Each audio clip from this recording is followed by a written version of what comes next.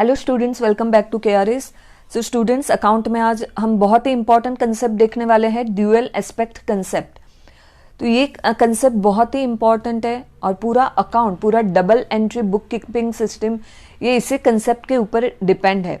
So what is dual aspect concept? See, according to this concept, every transaction और event has two aspects, that is dual effect. हमने देखा था transaction यानी क्या रहता है। तो जो ट्रांजेक्शन है, तो हर एक ट्रांजेक्शन के दो एस्पेक्ट, दो पहलू रहते हैं। हर एक ट्रांजेक्शन के ड्यूअल इफेक्ट, टू इफेक्ट रहते हैं। जैसे यहाँ पे एक सिंपल, पहले हम एग्जाम्पल से स्टार्ट करते हैं, बाद में इसी वीडियो में आखिर में मैं और बहुत से एग्जाम्पल देने वाली हूँ, यानी ये कंसेप्ट और क्लियर हो जाएगी।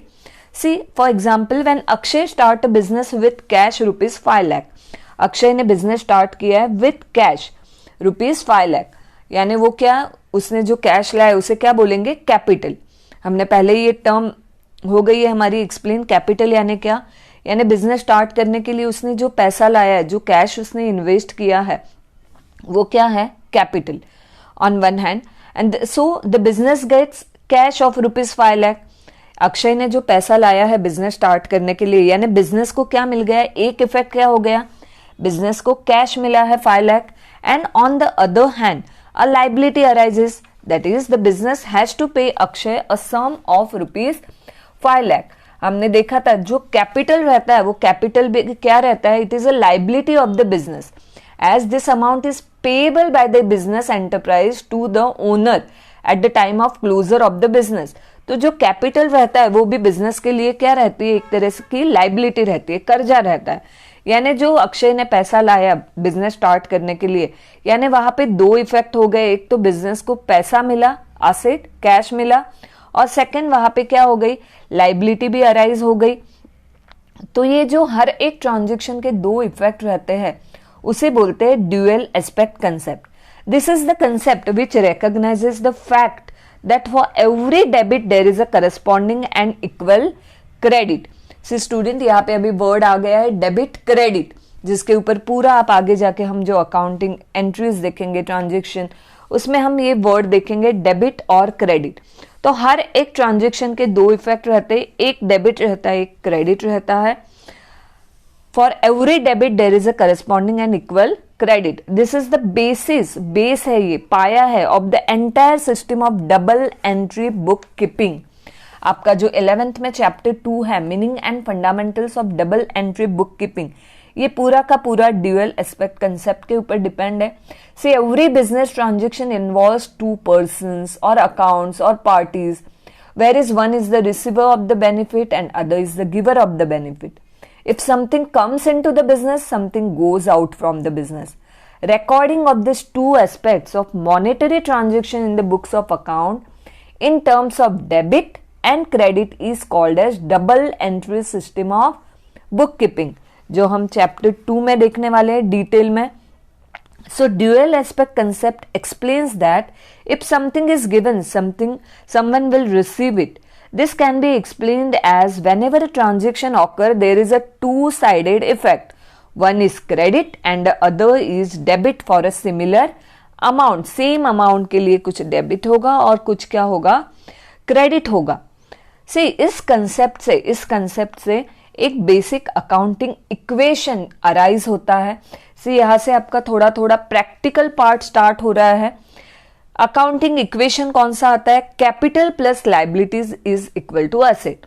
अगर आप अकाउंट अभी फर्स्ट टाइम आप कर रहे हो, 11th में हो, पहली बार आपको अकाउंट ये सब्जेक्ट है, तो आपको ये सब टर्म बहुत नए नए लगेंगे। पर जैसे जैसे हम आगे आगे प्रैक्टिकल पार्ट करते जाएंगे तो ये सभी बातें क्लियर होती जाएगी।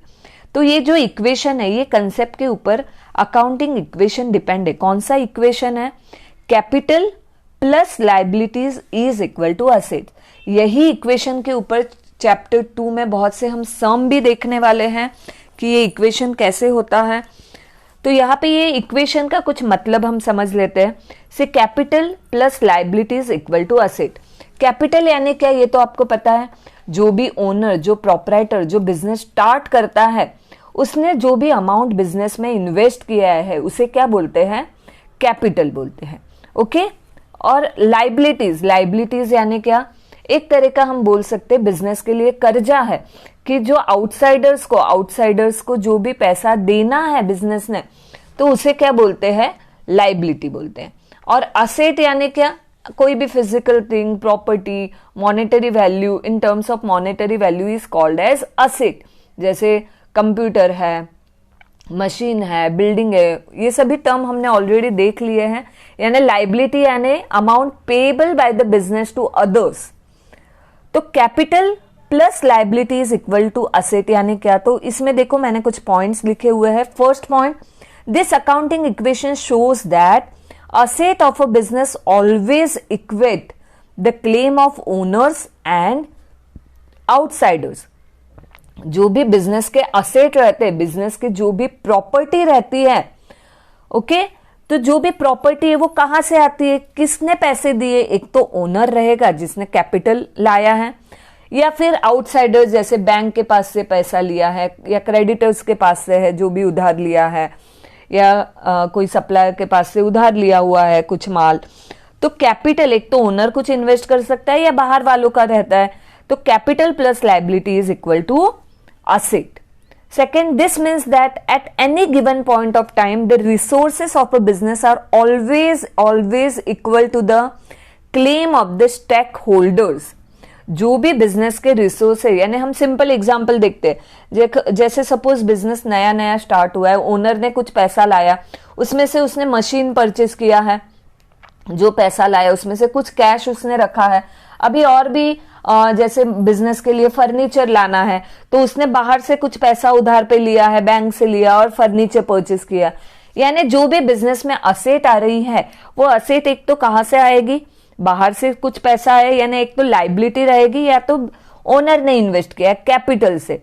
यानी असेट जो भी है वो इक्वल टू क्या रहेगा, capital plus liability. So second point में मैंने क्या बोला है आपको, जो भी बिजनेस के रिसोर्सेस है they always equal to the claim of the stake holders. जो भी बिजनेस के रिसोर्सेस है उसके ऊपर स्टेक होल्डर का क्लेम रहेगा, दावा रहेगा। स्टेक होल्डर यानी कौन, so stakeholder is a party that has an interest in a company and can either affect or be affected by the business। जिसको बिजनेस में एक्चुअल में इंटरेस्ट है और उनकी वजह से बिजनेस अफेक्ट होता है, या बिजनेस की वजह से वो लोग अफेक्ट होते हैं। तो ऐसे स्टेक होल्डर कौन रहेंगे, तो थर्ड पॉइंट देखो, these are the stakeholders who have provided funds for such resources। such stakeholder include एक तो बिजनेस ओनर्स जिन्होंने पैसा इन्वेस्ट किया है, एंड लेंडर्स यानी आउटसाइडर्स जिन्होंने फंड प्रोवाइड किया है बिजनेस को। Fourth point, furthermore the claim of owners on a business is called as capital और ओनर्स इक्विटी। जो भी ओनर ने पैसा दिया है बिजनेस को, उनका जो क्लेम है उसे क्या बोलेंगे, कैपिटल बोलेंगे, या उसका दूसरा नाम है owners equity. Whereas the claim of lenders or outsiders on the business is called as liability or outsiders liability। जो बाहर वालों से लिया उसे क्या बोलेंगे, liability या outsiders liability। Therefore, the dual effect of every business transaction impact in such a way that the asset side equals the liability plus capital side of the equation। यानी ड्यूअल इफेक्ट की वजह से क्या impact होता है, जो भी asset है, asset always equal to liability plus capital. Don't worry student, अगर यहाँ पे ये आपका कुछ भी पॉइंट आपको समझ में नहीं आ रहा है, आगे जब हम एक्चुअल में इसके इक्वेशन के ऊपर हम सम करेंगे तो ये पॉइंट आपको क्लियर हो जाएगा। अभी हम ड्यूअल एस्पेक्ट कंसेप्ट के एग्जाम्पल देखते हैं कुछ, वो एग्जाम्पल देख के आपको बहुत अच्छे से समझ में आ जाएगा ड्यूअल एस्पेक्ट कंसेप्ट यानी क्या।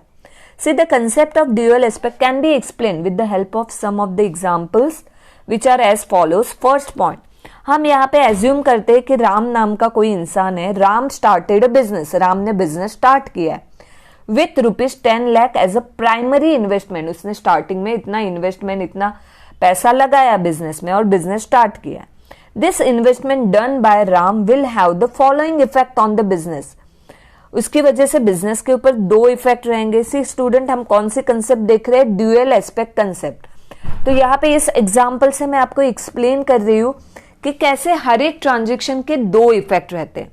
तो यहाँ पे हम एग्जांपल देख रहे हैं कि जैसे सपोज राम ने बिजनेस स्टार्ट किया, उसने इतना इतना पैसा इन्वेस्ट किया, तो उसके दो इफेक्ट कैसे रहेंगे, तो एक तो ए, it will increase the asset of the business by ₹10 lakh. Business की असेट क्या हो जाएगी, बढ़ जाएगी, यानी पैसा आया बराबर। और second, capital of the business also increase by ₹10 lakh. उसने जो पैसा इन्वेस्ट किया है वो क्या हो गया है, बिजनेस के लिए कैपिटल हो गया है, तो कैपिटल भी क्या हो जाएगा, बढ़ जाएगा। कैपिटल ये क्या रहती है, बिजनेस की लाइबिलिटी रहती है। It is a amount payable by the business concern to the owner. So दो बातें हो गई, असेट भी बढ़ गई और लाइबिलिटी बढ़ गई, यानी ड्यूअल एस्पेक्ट हो गया, एक ट्रांजेक्शन के दो इफेक्ट। उसके आगे जाके देखो, सेकेंड एग्जाम्पल मैंने दिया हुआ है यहाँ पे। Now let's say Ram needed to purchase some goods. Ram को कुछ गुड्स परचेस करने हैं बिजनेस के लिए for an amount of ₹2 lakh. Then this will have the following impact on accounting. उससे क्या टू इफेक्ट आ गए, A, purchasing goods increases asset, that is stock of the business by ₹2 lakh। Goods purchase किए, stock यानी उतना 2 लाख का asset बढ़ गया। Second, B, it reduces another asset of the business, that is cash is reduce by ₹2 lakh. जो goods purchase किया है उसके लिए इतना इतना कैश 2 लाख चला गया, यानी एक तो एक साइड पे असेट बढ़ गई और एक साइड पे क्या हो गई, असेट कम हो गई। सी स्टूडेंट, जैसे मैंने आपको बोला, if something comes into the business, something goes out from the business. ये हो गए two aspect. Third and last example, similarly if Ram has to buy equipment on credit, because it is not necessary that always transaction is on cash basis. Okay, in business there may be a credit transaction. So उसने कुछ equipment purchase किए हैं, उधार पे purchase किए on credit for an amount of ₹5 lakh from N equipment manufacturing company. उसके पास से उसने 5 लाख के इक्विपमेंट परचेज किए हैं। Then it will result in the following effect on the accounting. Second example में हमने क्या देखा था, गुड्स परचेज किए ऑन कैश, यानी गुड्स बढ़ गए और कैश कम हो गई। थर्ड एग्जाम्पल में उसने जो इक्विपमेंट परचेज किए वो क्रेडिट पे है, यानी पैसा नहीं गया है। तो टू इफेक्ट क्या हो गए, देखो, A, purchasing of a new equipment on credit increases the asset base of the business by ₹5 lakh. उसने जो इक्विपमेंट परचेज किए यानी उतने अमाउंट के असेट बढ़ गए बिजनेस में। And B, purchasing of a new equipment on credit results in increasing the liability of the business.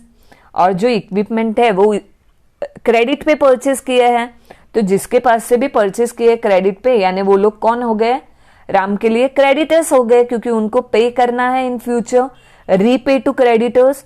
तो लाइबिलिटी बढ़ गई, क्रेडिटर्स ये कौन रहते हैं, लाइबिलिटी रहती है।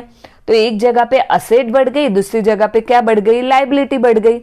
सो this is known as a dual aspect concept. Okay student, see full double entry bookkeeping system is depend on dual aspect concept, जो हम चैप्टर 2 में डिटेल में देखने वाले हैं।